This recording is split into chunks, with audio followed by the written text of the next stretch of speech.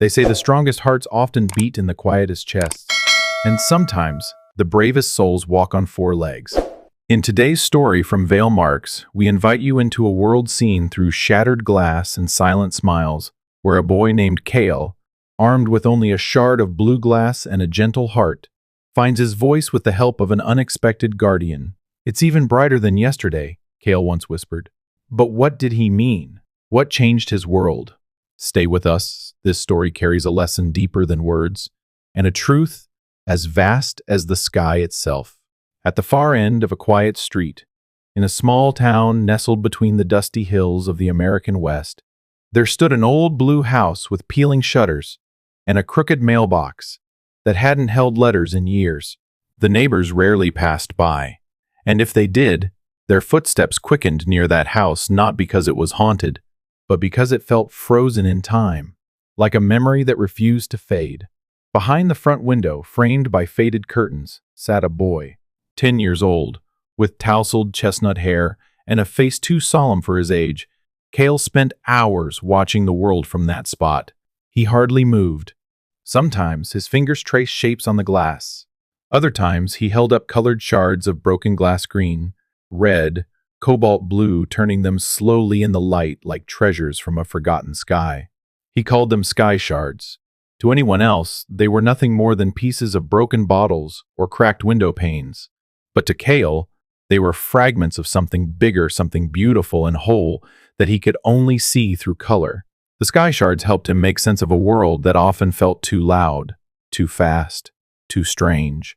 Kale had autism, a condition that made him experience the world differently. Sounds that seemed ordinary to others, like a lawnmower or a barking dog, felt like explosions to him. Bright lights made him squint and retreat. Social interactions, with all their unspoken cues and sudden changes, overwhelmed him. He didn't talk much, not because he didn't have thoughts, but because words were like tangled string in his mind, impossible to pull free at the right time. His world was quiet and deliberate, structured, safe. And inside that house, with the crooked mailbox, Kale had his own orbit, the window, his sky shards, his books about stars and animals, and his mother, Seraphine. Seraphine was the kind of woman who wore tired eyes like medals of honor. A single mom, she worked nights at the local clinic as a nurse, patching up wounds and calming frightened patients, only to return home and do the same for her son. 2 years earlier, her husband Kale's father had died fighting a wildfire that had devoured part of the forest outside town. He was a volunteer firefighter, the kind of man who would run into danger while others ran away. The fire had taken more than trees and timber. It had stolen a husband, a father, a sense of safety. Since then, Seraphine had carried the weight of 2 lives, hers and Kale's. She cooked Kale's favorite bland meals, read him bedtime stories even when he didn't respond, and learned to interpret his silences as clearly as other parents read their children's words. She loved fiercely, quietly, and completely. Then one ordinary Tuesday in late spring, something changed. Kale was at his usual post by the window when a moving van rumbled to a stop next door. This in itself was remarkable. The house had been empty for as long as Kale could remember. He leaned closer, pressing his sky shard to the glass, the green one this time, and watched as a woman stepped out of the truck. She was older, maybe in her 70s, with thick gray hair pulled into a messy braid and a presence that seemed to command the ground. She walked on. Her clothes were simple, loose jeans, a faded army jacket, hiking boots worn at the soles. But it wasn't the woman who held Kale's attention. It was the dog. From the back of the truck leapt a large, muscular Pitbull with a brindled coat and striking amber eyes. There was something in the way the dog moved, deliberate, controlled, almost regal. He didn't bark or tug on the leash. He simply looked around, alert but calm, as if surveying a new kingdom. Kale stiffened. Dogs usually made him anxious. Their barking startled him. Their unpredictability felt dangerous. And Pitbulls, according to every TV report and overheard conversation, were supposed to be scary, dangerous, untrustworthy. But this one didn't fit. As Kale continued to watch, The woman placed her hand gently on the dog's head and said something. The dog sat instantly, his gaze lifting to meet hers with unwavering trust. Then, as if sensing he was being watched, the dog turned his head toward Kale's window.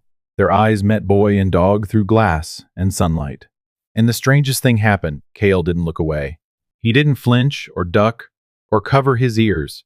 He simply stared, his fingers frozen mid-spin on the blue shard of glass. Something about the dog's gaze was quiet, not demanding, not invasive, just present, like a lighthouse in fog. Seraphine noticed her son's stillness and followed his gaze. She saw the woman and the dog standing side by side in the overgrown yard next door. Her heart beat faster. She had seen too many neighborhood rumors, too many news stories about pit bulls and problems. But there was something odd about how calm the scene was. Something almost reverent. The woman next door was Mirabelle Hawk, as Seraphine would later learn, a retired military psychologist who had worked for years with veterans suffering from post-traumatic stress. The pit bull's name, she would soon discover, was Solace, a dog with a past, a purpose, and a gift for recognizing silent wounds. For now, though, all Seraphine knew was this. Her son, who usually trembled at even a distant bark, was still watching. And the dog was watching back. That was how it began. With a window, a shard of sky, and a dog named Solace. Kale had always been afraid of dogs. Not the small, yappy kind with bows and sweaters, but the big ones, the ones whose bark made his skin prickle, and whose sudden movements felt like lightning bolts through his nervous system. His fears weren't irrational to him, they were real, physical. They crawled up his spine and pulsed behind his eyes, like a warning siren. And when he saw Solace for the first time, that siren screamed. The pit bull was massive to Kale's eyes, muscular, broad-chested, and with a square head that could have been chiseled from stone. His coat was a marbled mixture of gray and rust, his ears cropped short, and his amber eyes intense like twin torches glowing under heavy brows. Every instinct in Kale's body told him to run. Instead, he bolted from the window, his breath short and sharp, heart pounding like thunder in his chest. No, no, no, he muttered over and over, crouched behind the armchair in the living room, rocking slightly. His fingers dug into the carpet fibers, as if anchoring himself to the floor would stop the storm inside him. Seraphine rushed in, alarmed. "Kale? What's wrong, sweetheart?" He didn't answer, but he pointed shakily toward the window. Seraphine peeked through the curtain and saw the new neighbor's dog sitting calmly on the lawn next door, looking up at the house with an oddly composed posture. There was no barking, no scratching, just stillness. That night, Kale refused to return to the window. He lined his sky shards in a circle around his bed like a protective halo, and he wouldn't let Seraphine turn the lights off. But by the second day, curiosity nudged fear aside. Kale peeked through the curtains, expecting chaos. But the dog was still there sitting in the grass near a flower bed, tail curled neatly beside him, as if posing for a portrait. He wasn't tethered or fenced in, and yet he didn't wander. His eyes were often turned toward Kale's window, watching without expectation, not demanding, just present. Kale didn't understand it. How could a creature that large, that powerful, just sit there like a stone statue bathed in sunlight? Seraphine, too, began to notice. Every morning, as she made her coffee, she'd glance outside and see the pit bull in the same position, like a sentinel. She asked around town and finally got a name, Mirabelle Hawk, the new neighbor. An eccentric woman, retired from military service, who lived alone and kept mostly to herself.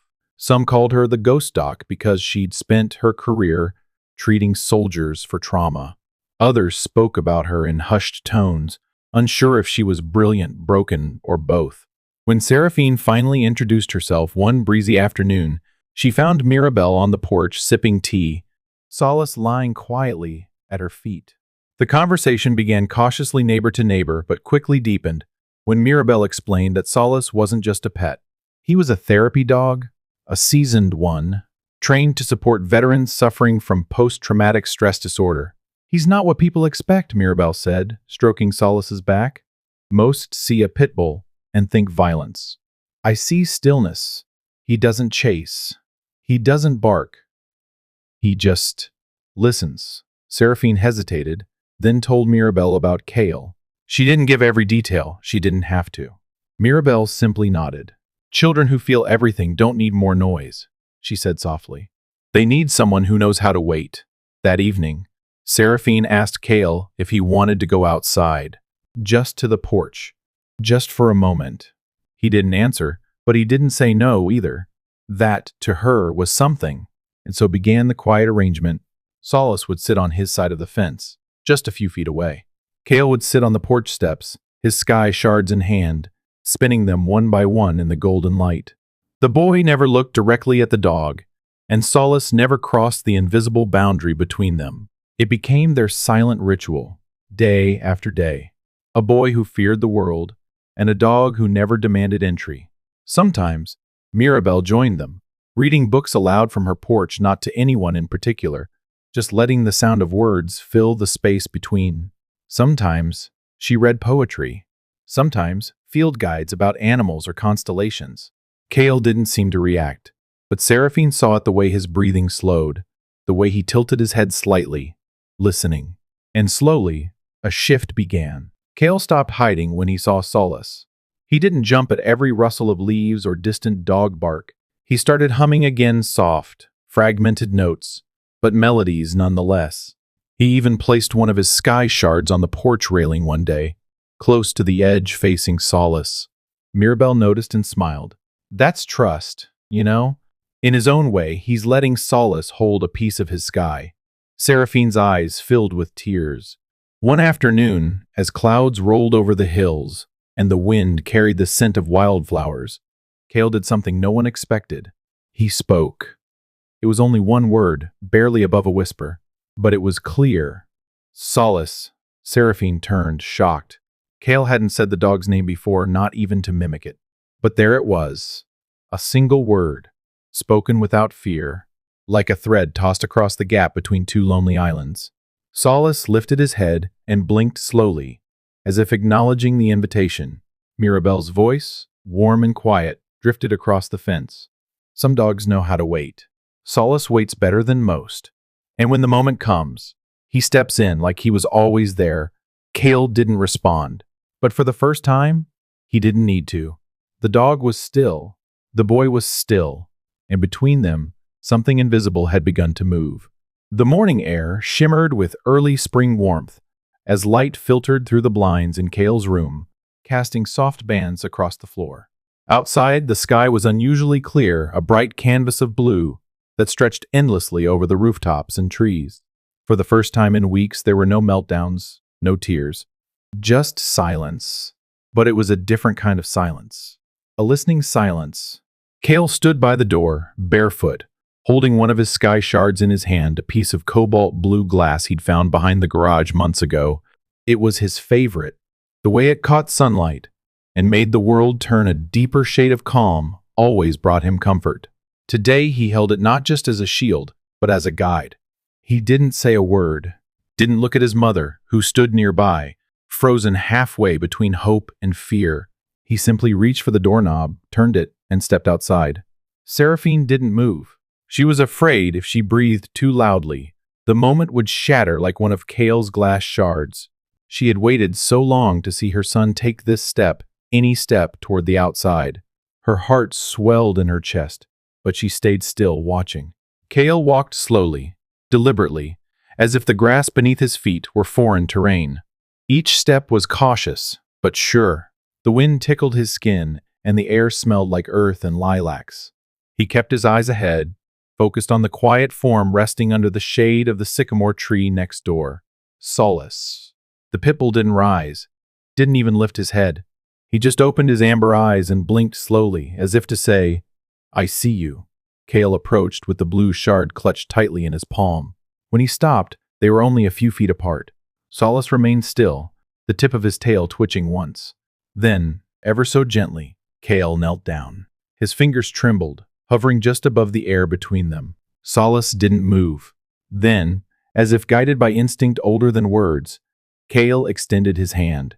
The Pitbull leaned forward slightly and sniffed Kale's fingers, then pressed his muzzle into the boy's open palm. It was a soft touch, warm and steady. No bark, no sudden movement, just presence. Kale let out a breath he didn't realize he'd been holding. Then, something even more extraordinary happened. A small smile spread across Kale's face. Not a grin, not laughter, but a real smile, tender, hesitant, and filled with something that looked a lot like joy.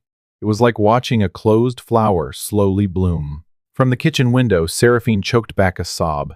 She'd imagined so many versions of this moment over the years. Therapy sessions, planned exposures, scripted introductions. But none of those had worked.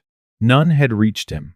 This unscripted, unexpected connection with a quiet Pitbull under a tree, this was what finally broke through. Kale didn't say anything, but he didn't need to. His smile said enough. His shoulders relaxed. His body no longer curled into itself like a question mark. For once, he wasn't bracing against the world, he was touching it.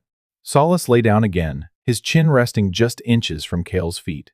The boy sat cross-legged, shard still in hand, and simply stayed there, his other hand occasionally reaching out to touch the dog's ears, the top of his head, the side of his face. The moment stretched on for minutes that felt like hours. A sacred, wordless ritual between a boy and a creature who asked for nothing but gave everything. Later that afternoon, Kale returned inside and went straight to his room. He didn't speak, didn't look at anyone, but sat at his desk and began to draw. Seraphine peeked in from the doorway, unsure whether to say something or let the quiet unfold. On the paper, Kale drew Solace, but not as an ordinary dog. In Kale's version, Solace had wings large, sweeping ones made of translucent glass shards, all shades of blue. The dog sat beneath a sky that swirled like galaxies, his eyes glowing with gold. In the corner of the page, Kale wrote 2 words, Sky Guardian. Seraphine placed her hand on her mouth, unable to hold back tears. That night, Kale taped the drawing to his wall, right above his bed. He didn't explain what it meant, but the message was clear. Solace wasn't just a dog to him. He was a protector, a symbol, a friend. A bridge between the fractured pieces of Kale's inner world and the chaos beyond. From that day forward, Kale no longer feared going outside, at least. Not in the same way. He asked to sit on the porch. He began placing 1 sky shard on the railing each morning. And each afternoon, Solace would lie beneath the tree, looking toward the house, waiting not for a command, not for a treat, but for a boy with shards in his hands and galaxies in his heart. And somehow, they always knew when it was time to meet. The storm arrived without warning. Dark clouds rolled over the distant hills, like a tidal wave of shadow. By late afternoon, the air had grown thick and restless. Thunder grumbled in the distance as wind swept through the trees, pulling at shutters and whispering through empty alleys. It was the kind of storm that made windows rattle and dogs bark nervously long before the rain even began. Kale didn't like storms. The sounds were too loud, the flashes too sudden. Every bolt of lightning felt like the world was breaking open. On most stormy nights, Seraphine would sit beside him with a weighted blanket and soft music playing, her voice a calming anchor in a sea of chaos. But this storm was different, because this time, it wasn't the thunder or the wind that shook Kale's world. It was the silence that followed. In the early hours of the next morning, word spread through the neighborhood. Lightning had struck the old sycamore near Mirabelle Hawk's home, splintering it in half. The tree crashed into the roof, caving in part of the 2nd floor.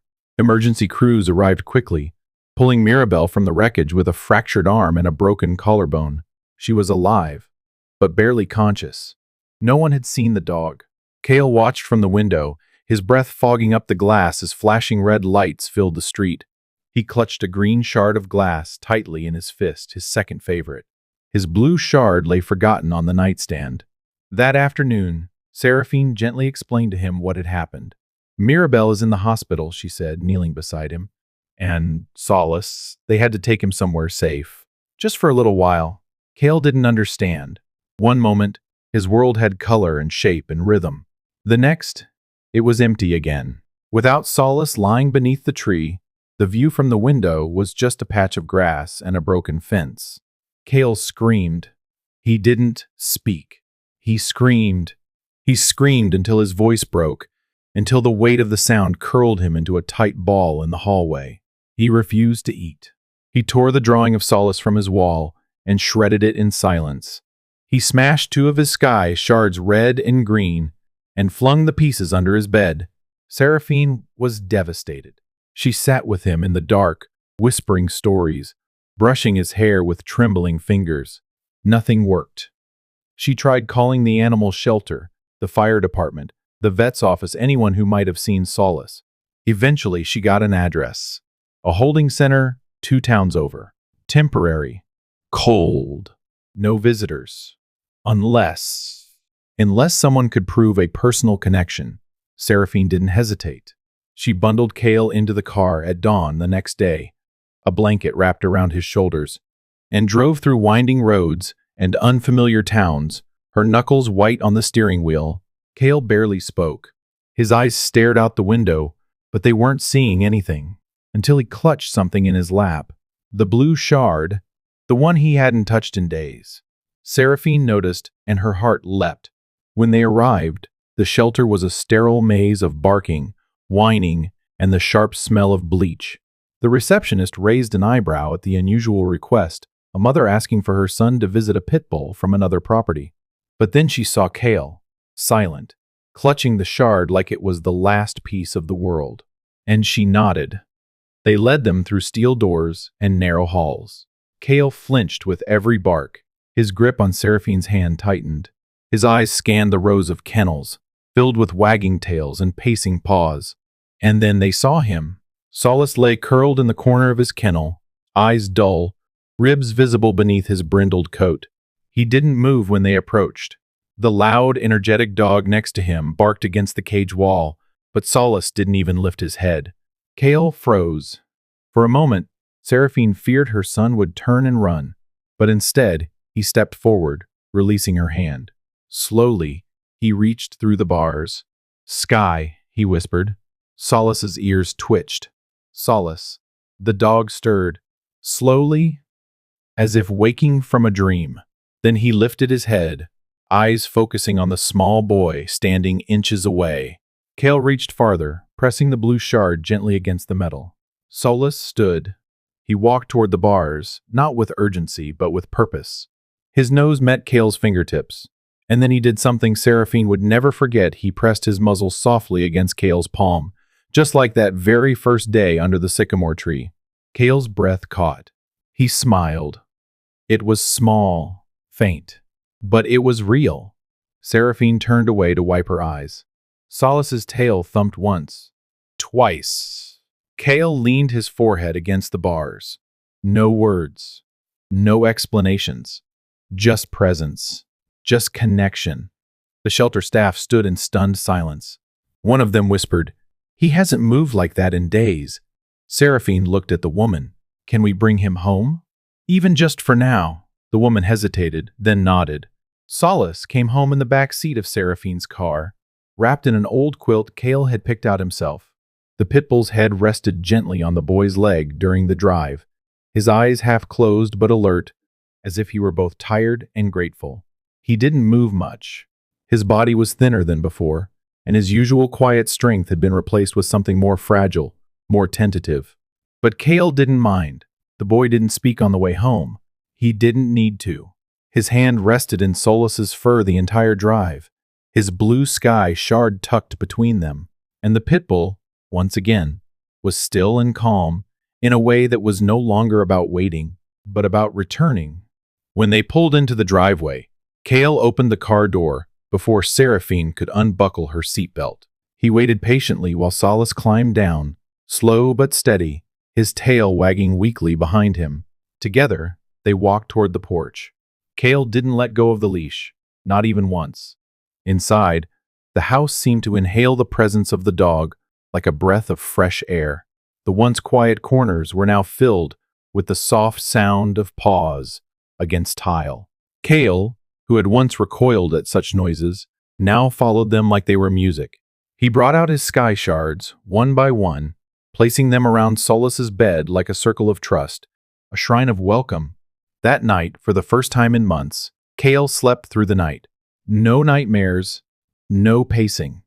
Just steady, rhythmic breathing, his hand resting gently on Solace's back. Seraphine watched from the doorway, tears silently sliding down her cheeks. She didn't dare disturb the miracle she was witnessing. She just stood there in the dark, letting her heart swell in the quiet. And then the changes began, subtle at first. Kale started humming again during breakfast, tuneless, scattered notes, but they filled the air with promise. Then came the words, small ones, more, sky, blue, solace, simple, but deliberate. Words spoken with purpose, not mimicry. Words that carried weight. His speech therapist, who had been working with Kale for nearly a year, noticed the difference immediately. He's more focused, she said during a home visit. More present. Like something in him. Unlocked, Seraphine smiled knowingly, her eyes drifting to Solace, who was curled up on the rug nearby. The dog didn't move, but his ears twitched slightly as if he was listening, and modestly refusing the credit. Therapy sessions took on a new rhythm. Solace would lie beside Kale, his head resting on the boy's foot, his breath steady and grounding. When Kale grew anxious or overwhelmed, he would reach for Solace instead of shutting down. He'd bury his face in the dog's fur, his small body relaxing in minutes. One afternoon, Kale surprised everyone when he pointed to a laminated picture card and clearly said, "Dog." Then he turned and patted Solace's head. "Friend." The therapist nearly dropped her clipboard. Over the following weeks, Kale began initiating small gestures of connection that once seemed out of reach. He brought his drawings to Seraphine without being asked. He began eating at the dinner table instead of the corner of the kitchen. He even started sitting by the front window again, but this time with Solace by his side. Together, they became inseparable. It was during one of those quiet afternoons that Seraphine's phone rang. The caller ID made her pause, Mirabelle Hawk. The older woman was still recovering in the hospital. Her injuries from the storm had been more severe than initially believed. Seraphine answered, her heart racing. "Seraphine." Mirabelle's voice came through soft but steady. "How is he?" Seraphine didn't have to ask who she meant. He's better," she said, glancing toward the living room, where Kale was building a puzzle with Solace lying beside him. Thriving, actually. He's talking. Connecting. "It's more than I ever hoped for." There was a pause on the other end. Then Mirabelle asked, "Can I see them?" A few minutes later, the video call began. Kale appeared in the frame, cautiously curious. When he saw Mirabelle's face, his eyes lit up not with words, but with recognition.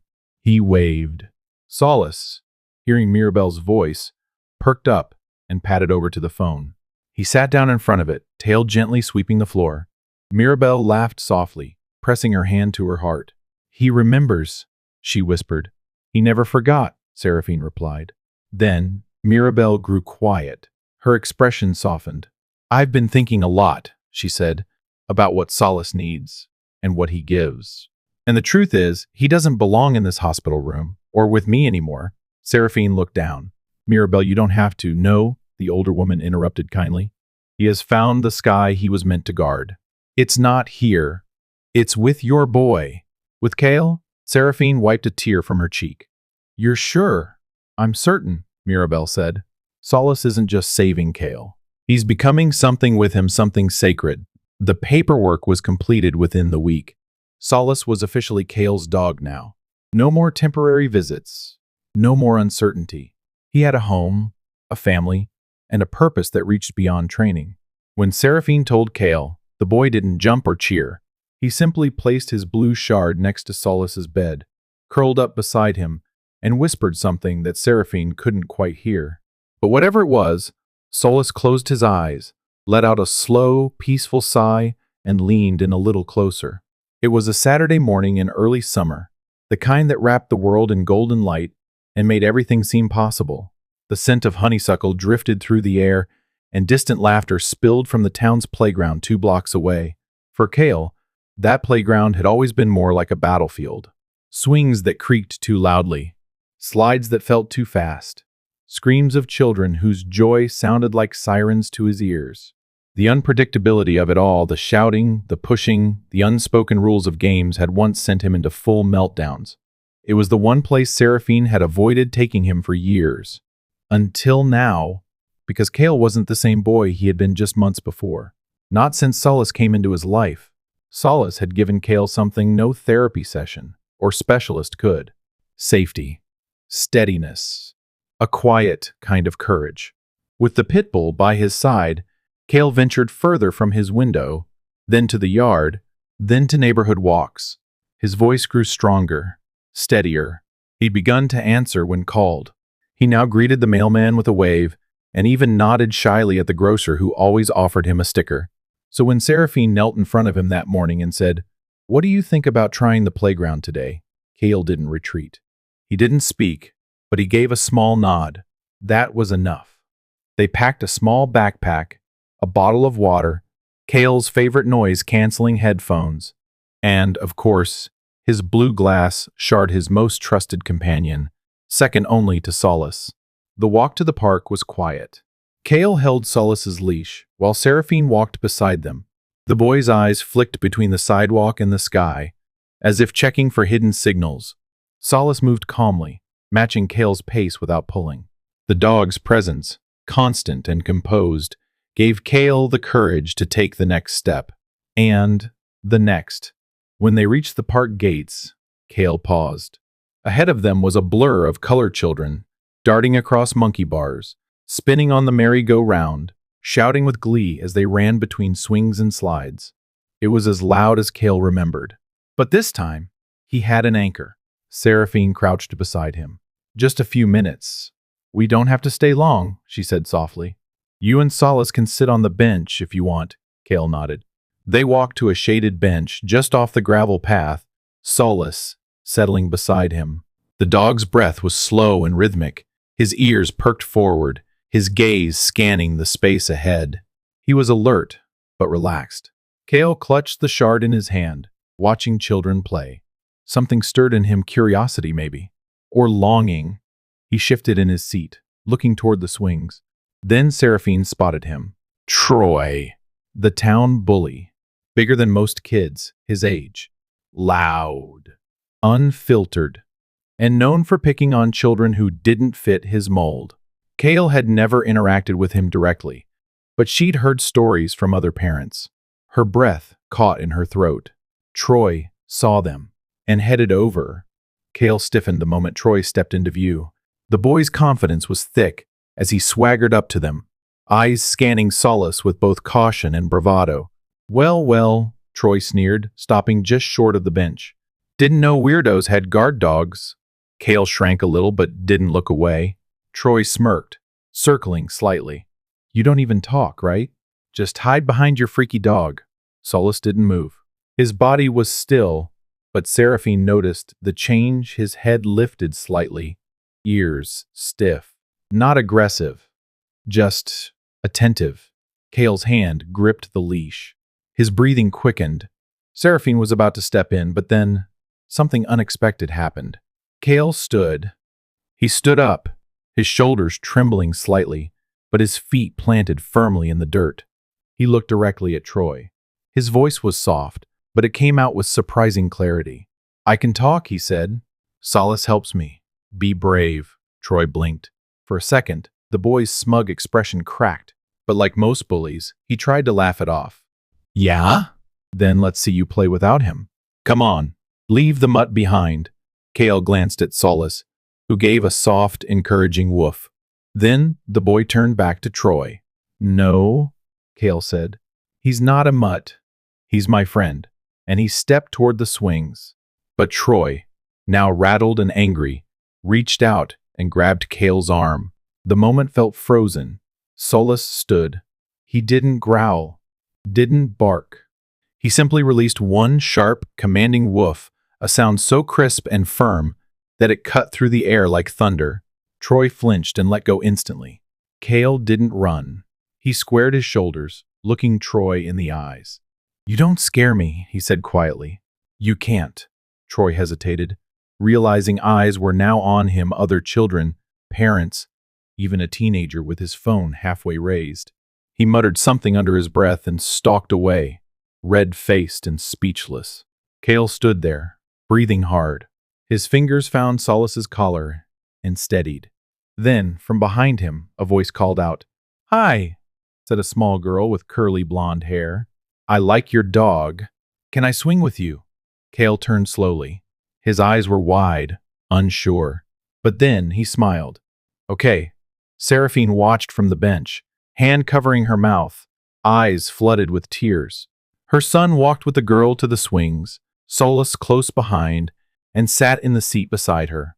A few more children approached, curious about the dog, asking Kale questions: his name, the dog's name, what kind of tricks he could do. Kale answered each one. Not perfectly, not quickly, but he answered. His voice was a little shaky, but growing steadier with every sentence. And when he looked up and saw his mother watching, he waved. "Mom," he called, loud and clear. I made a friend. In that moment, she didn't just see a boy on a swing. She saw her son reclaiming the world. One brave word, one gentle dog, one blue sky, shard at a time. It started with a shoebox. Kale had kept it under his bed for nearly a year. Inside were all the shards he hadn't used, pieces of broken bottles, fragments of stained glass, smooth sea glass he'd once found on a trip to the lake. To others, it might have looked like a box of trash, but to Kale, it was a universe waiting to be named. One afternoon after school, Kale pulled the box from its hiding place and poured the contents carefully onto his bedroom floor. He sat cross-legged for over an hour, sorting through each piece, holding them up to the light like he was choosing colors for a new sky. Solace watched from the doorway, his head tilted, tail thumping every now and then, as if sensing something important was happening. That evening, Seraphine found Kale at the kitchen table with glue, a large wooden frame, and dozens of tiny glass fragments laid out on a white canvas board. He looked up briefly, then returned to his work without speaking. But she saw the glow in his eyes, the same look he had the first time he touched Solace under the sycamore tree. Focused, calm, whole. "What are you making?" she asked gently. Kale paused, considered, then replied softly. "A sky that doesn't break," her breath caught. She didn't ask anything else. She simply sat at the table with him and quietly handed him pieces as he reached for colors. Over the next few days, Kale worked on the mosaic like it was his mission. He sorted every shard by hue: azure, cobalt, emerald, amber, lavender, and arranged them into a swirling pattern that looked less like a landscape and more like a memory come to life. At the center of it all, he placed a small silhouette, a boy sitting beside a dog, both looking up at a sky made of broken glass turned beautiful. He titled it in blocky, uneven letters across the bottom edge, "Our Sky." When it was finished, he carried the frame, arms wrapped tightly around it, and placed it in Seraphine's lap. "For the wall," he said. She cried the way only mothers cry, when love overflows from somewhere deeper than words. That weekend, Seraphine invited a few neighbors and some of Kale's new friends for lemonade and cookies. It wasn't a party, Kale wasn't ready for that, but a soft gathering, quiet and slow. Kale sat on the porch swing beside Solace while the other kids ran in the yard, and Seraphine carefully hung the framed mosaic on the living room wall. When the guests came inside, they stood in front of the piece in silence. "It looks like a galaxy," said one of the kids. "No," Kale replied quietly. "It's what the sky feels like." His voice was louder now, more sure. In the following weeks, that sky on the wall became a landmark in their home. Every day after school, Kale added something new to it, not with glass, but with words. Post-it notes with thoughts, questions, things he'd learned. A picture of a cloud, a poem about rain, a thank you card he made for Solace with stick figure doodles and hearts. It became their sky, his, Seraphine's, and Solace's. More than art, it was a reminder of how far they'd come, of how healing doesn't always roar it, sometimes tiptoes in on quiet paws. And Kale blossomed. He began helping Seraphine set the table without being asked. He initiated play with Arya, the girl from the swings, and asked if she wanted to draw the stars with me. At the library, he borrowed books about constellations and therapy animals. During a family gathering, he stood in the middle of the room and told everyone, "Solace is not just a dog. He's the reason I talk now." Everyone went silent. Then they clapped. Seraphine nearly burst. Later that night, after everyone had left and the dishes were washed, the three of them, Kale, Seraphine, and Solace, sat together on the front porch. The sun was dipping low, bathing the yard in orange and pink. The clouds rimmed in light like watercolor feathers. Solace lay between them, his head resting on Kale's foot, his eyes closed in contentment. Kale held his blue glass shard loosely in one hand, turning it slowly in the light. He was quiet for a long time. Then, with a voice soft as twilight, he spoke. "Look, Mom." Seraphine turned, her heart already swelling. "It's even brighter than yesterday." She didn't say anything, just smiled and wrapped her arm around her son's shoulders, pulling him close. "Yes," she whispered, "it really is." And there, in the stillness of dusk, the boy who once lived behind a window now lived fully in the world with his voice, his light, and a loyal Pitbull who had waited beside him until he was ready to rise. Their journey wasn't over. There would still be hard days, moments when Kael shut down or lost words, times when the world was too loud, too fast, too much. But now, he had a way back. A compass in the shape of a dog, a sky made of broken things turned beautiful, and a mother who would never stop believing in him. As the stars blinked to life overhead, Kale tilted his head up, as if listening to the sky. Solace gave a soft, contented sigh. They were home. If you've made it this far, you already know this wasn't just a story about a boy and a dog. It was about healing, about waiting for the right moment to bloom, and about how even broken pieces can create a beautiful sky. As Maya Angelou once said, people will forget what you said, but they will never forget how you made them feel. If Kale and Solace touched your heart today, please help Vale Marks reach 1,000 subscribers. Your support is more than a number. It's a light that fuels every future story. Leave us a comment, subscribe, and share this video with someone who still believes in quiet miracles. Because sometimes all it takes is one story to change everything.